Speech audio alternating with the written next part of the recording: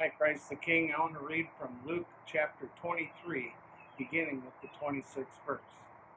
Now, as they led Jesus away, they laid hold of a certain man, Simon the Cyrenian, who was coming in from the country, and on him they laid the cross, that he might bear it after Jesus. And a great multitude of people followed him, and women also mourned and lamented Jesus.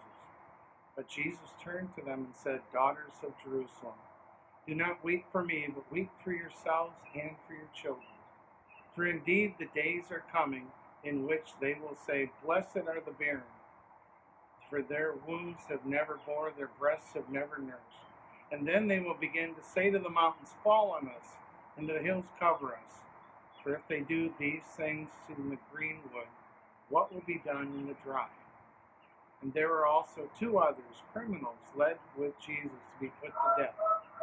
And when they had come to the place called Calvary, they were crucified him and the criminals, one on the right and one on the left. And then Jesus said, Father, forgive them, for they do not know what they do. And they divided his garments and cast lots.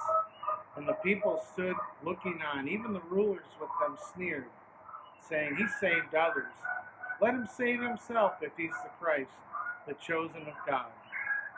And the soldiers also mocked him, and coming and offering him sour wine, and said, If you're the king of the Jews, save yourself.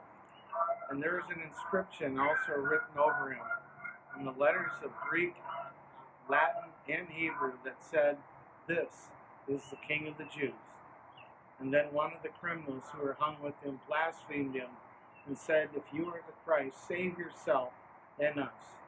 But the other, answering, rebuked him, saying, Do you not even fear God, seeing that you are under the same condemnation? And indeed, we justly, for we receive the due reward for our deeds. But this man has done nothing wrong. And then he said to Jesus, Lord, remember me when you come into your kingdom. And Jesus said to him, Assuredly I say to you, today you will be with me in paradise. Now it was about the 6th hour, and there was darkness over the whole earth until the 9th hour. And then the sun was darkened, and the veil of the temple was torn in two. And when Jesus cried out with a loud voice, Father, into your hands I commit my spirit. And having said this, Jesus breathed his last. So when the centurion saw what had happened, he glorified God, saying, Certainly this was a righteous man. And the whole crowd who came together to that sight, seeing what had been done, beat their breasts and returned home. But all Jesus' acquaintances, the women who followed him from Galilee, stood at a distance and watched these things. Now behold, there was a man named Joseph, a council member, a good and just man. He had not consented to the decision to kill Jesus. He was from Arimathea, a city of the Jews, who himself was also waiting for the kingdom of God. And this man went to Pilate and asked for the body of Jesus. Then he took it down, wrapped it in linen, laid it in a tomb that was hewn out of the rock, where no one had ever been laid. That day was the day of preparation, the Sabbath drew near.